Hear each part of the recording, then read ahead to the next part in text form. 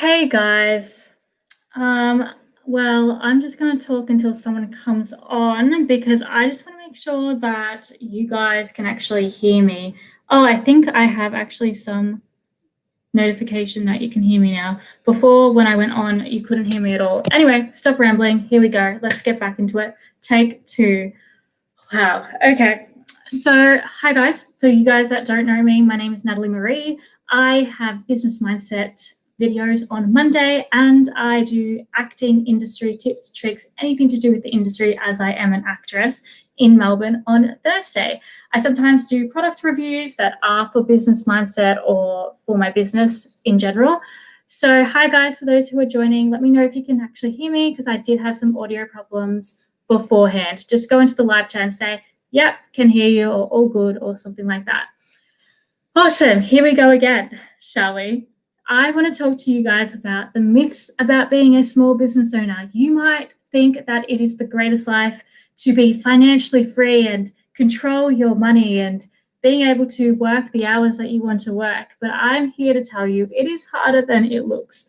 I have actually got a business myself called the Virtual Fairy Godmother. It is a virtual assistant services business where I do digital marketing, social media management, email marketing management, and the likes of that. Sometimes I do media content creation as well, and I edit videos or edit footage or show reels for people. Yay! Thanks, Noah. Awesome. Let's go ahead. Oh my gosh. I don't know what's wrong with this laptop. For some reason, my microphone never works. So I have to wear these bulky headphones. Anyway, if you guys don't know what these headphones are, they're the Sony WH-1000 XM3 headphones, and I did a review on them in another video if you want to check that out. But today we're talking about business tips, tricks, and everything you need to know about being a small business owner. Let's get into it. You think you're going to have some free time. Now, gals and guys, that is not the case.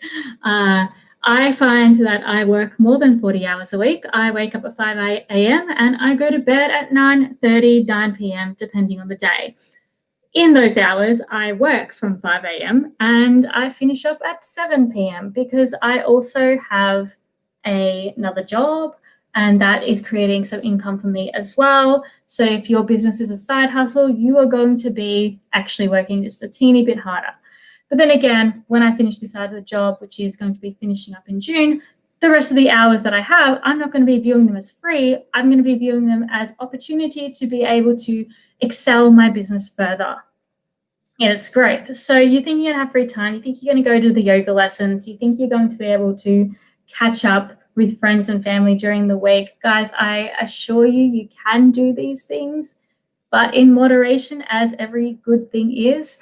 And I would probably say better to calendar block your week and put those in here and there. But the rest of the time really should be growing your business, especially if you're a small business owner, especially if you've just started out and you haven't made a name for yourself. You need to make a rapport for yourself. You need to be able to book clients. You need to be able to push that product out there. You need a reputation behind you, and that comes with work and time and effort and consistency.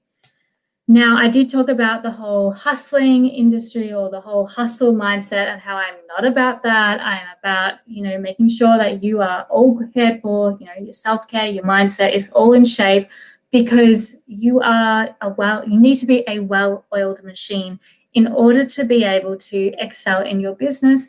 Because if you're not running, your business is not running. You do not want that burnout. But free time is a bit of a myth. You're going to have to say no to a lot of things. For instance, today is a public holiday, and where am I? I am at home and I am working today. That is what I'm doing. So no public holiday for me, but that's okay because my business is my passion and I want to make sure that it grows and it's consistent. Next topic or next point. You are financially free. Yes and no. The money that you earn is the money that you put in, I guess. So whatever you put in, you get out of it. But the money that you earn, the gross money, is not your net profit. It is basically money that you need to give to other people for owning a business.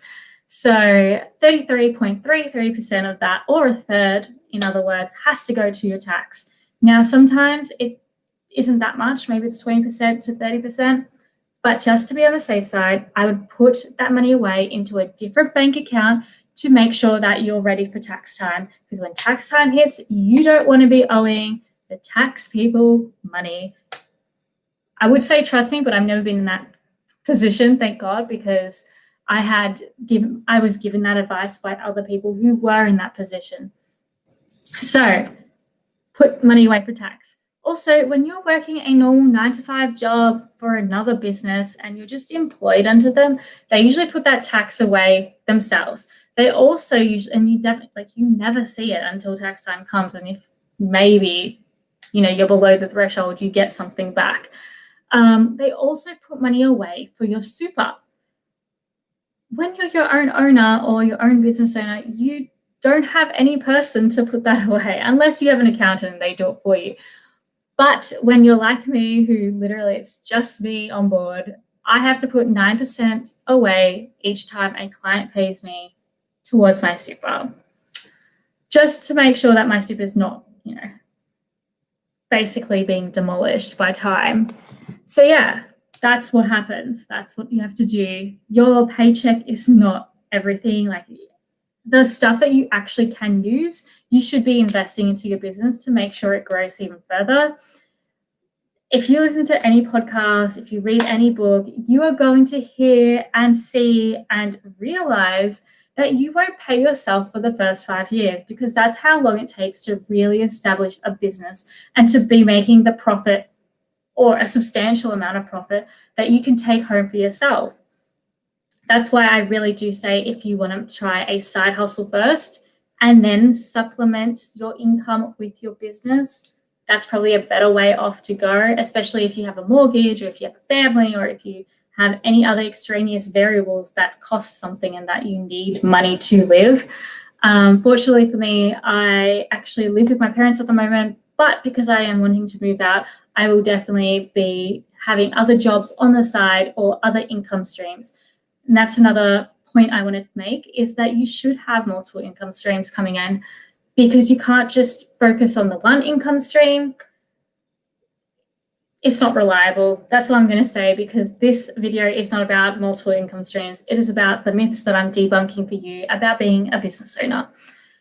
So websites are the be all and end all of your business. I'm going to say no, honey, it is not. I'm sorry.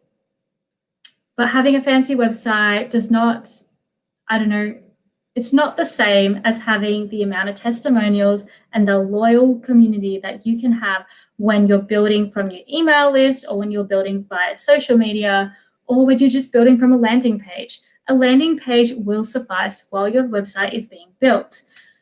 Now, landing pages can be free. Yeah, they can. They actually can. I use MailerLite, and I have created 3 landing pages at the moment, and they're all free. I have not paid a cent for them.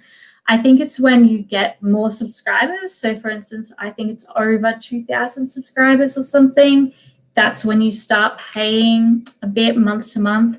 But at the moment, I'm not up to that. So it's free. So when you're starting out as a small business owner, it's great. If you want to know more about softwares or different apps that business owners or starting out to be a business owner and it can be beneficial for you, let me know in the comments below, because I'll definitely be able to make a video about that if you're interested. What else do I want to talk about? Oh, the reason why prices are higher for small businesses is due to the fact that they don't take that much in their paycheck. They need to make sure that they, think about the tax amount, the super amount, the amount that they need for profits or to invest into their business or their outgoings. They need to think about that. That's why be very patient and kind to small business owners. The reason why they have fluctuated in their, the prices of their services or / products is because they have a lot to account for. Cheaper doesn't necessarily mean better. Same as websites. It just doesn't make sense. So I want to, it's so hard to talk live. I'm sorry, guys. I'm usually editing all this stuff out.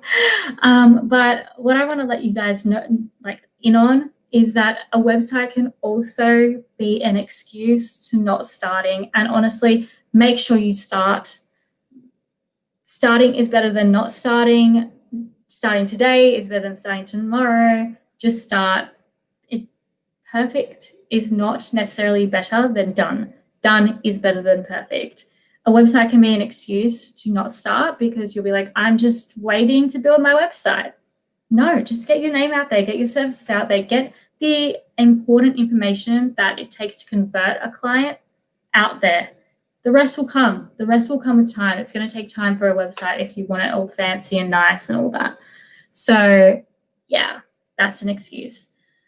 But as I was saying, cheaper doesn't necessarily mean better. So I know a person who owns a business and it's an eco-friendly business, and they said in one of our accountability groups that they don't understand why they're not converting customers. There's so many people going to their website, yet they're not making the sales, and it just doesn't make sense. We then checked it out. Her website's lovely, clean, lovely, like so nice, but her prices are so cheap, and it just makes you think, what's the quality? Especially for eco-friendly products, it needs to be good quality. So if you make your prices a lot cheaper, a lot of people are going to be like, a bit sus, don't know what's going on there, don't think I'm going to trust it, where is it shipped from? What you should do is keep the quality in the price. Obviously, be competitive. Make sure that you check the prices of your competitors and see what you can do, what makes you different, why your prices might be a little higher or a bit lower. But I would really be around that range of your competitors. And for instance, for product-based businesses, if you really want, just do free shipping or do a discount or 2 for 1 or something like that, rather than having to devalue your products that you have worked so hard on. And I know that it's not cheap to make and cheap to come up with. For a service-based business like myself, I really do a lot of market research. It's important to know my market. It's important to know my competitors. It's important to know how I can stand out. And that's how I gain the prices that I've got. Yes. Also, speaking of prices and marketing and sales, you have to be good at sales. Now, I have never in my life gone to get a business degree. I have never gone to get a sales degree. I don't know. What I have done is I have listened to podcasts. I have learned about personal development. I have learned about people and the human connection and what makes people tick, what makes people want something. But I don't have a sales mindset. My only mindset is benefiting my clients and giving the best value that I can give them. And that should be the mindset. Being a teacher, being a coach, being able to give value rather than a sales pitch, because the sale will come. If they know, like, and trust you, it will come. I have gained clients from just being on Facebook, being on YouTube, being on social media in general, and explaining my education and explaining what I can educate people on, such as personal development, which I'm very passionate about. And because of that, because I'm not actually saying, by the way, guys, I'm really bomb at doing email marketing, or I'm really good at, making engagement on social media. No, they come to me because obviously they trust what I'm saying and I have something to give them. But your approach is 1, be approachable. 2, you need to solve a problem. There is a problem out there. Your product, your service is supposed to solve that problem. And 3, be engaging. Make a community. If you have that loyal base of community, like those clients, those potential clients, they're not necessarily clients, they're usually potential clients or warm leads. If you have that community there and you're serving them and serving them, then when it is time to sell something without making a hard sale, they will be more likely to click and convert. That's my honest opinion. And that is a myth. If you don't think you're great at sales and you're like, I can't start a business because I can't sell for my life, don't think of it as that. You have sat down with a friend before and, given them some advice, which they needed. They had a problem, you solved it with an opinion or based off your own experience. That's as easy as it is. It doesn't have to be a sales pitch. Anyway, I'm going to wrap it up because I know people long weekend, all that stuff. And I just want to say thank you for being on here. If you do like this sort of content, and usually, honestly, it's not live, it is edited, give it a thumbs up and also subscribe down below. And I will see you in the next video. Thanks for chatting me with, guys. Bye.